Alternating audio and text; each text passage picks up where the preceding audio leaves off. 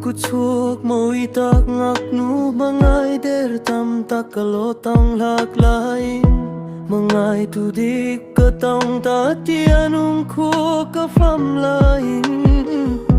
huluruat nat narang ruloinin liam sana trul ta siama anang hey el mangai merlin kang chan reng hi ka tuar thiam thei na wai khlem lai ni hai ka dam kir changen trapen nan nan chang anang hey el mangai merlin kang chan reng hi ka tuar thiam thei na wai khlem lai ni hai ka dam kir changen trapen nan nan chang ka sing mi tin sing zalanu ka tong lain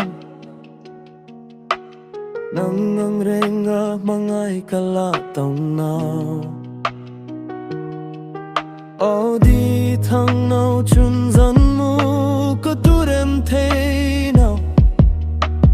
hoi vanga hung leng in mi hung in hem rau di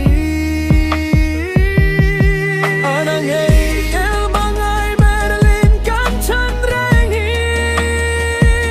ka tur thiam thei na wai khlem lai ni hai ka dam kir chanyen trapun nan nan chang anang hey el mangai merlin kan chan reng hi ka tur thiam thei na wai khlem lai ni hai ka dam kir chanyen trapun nan nan chang I hung kir nau bay se ka longak lai chen ka mangai na chu sira nau lin hu mangai chang dang imi belsan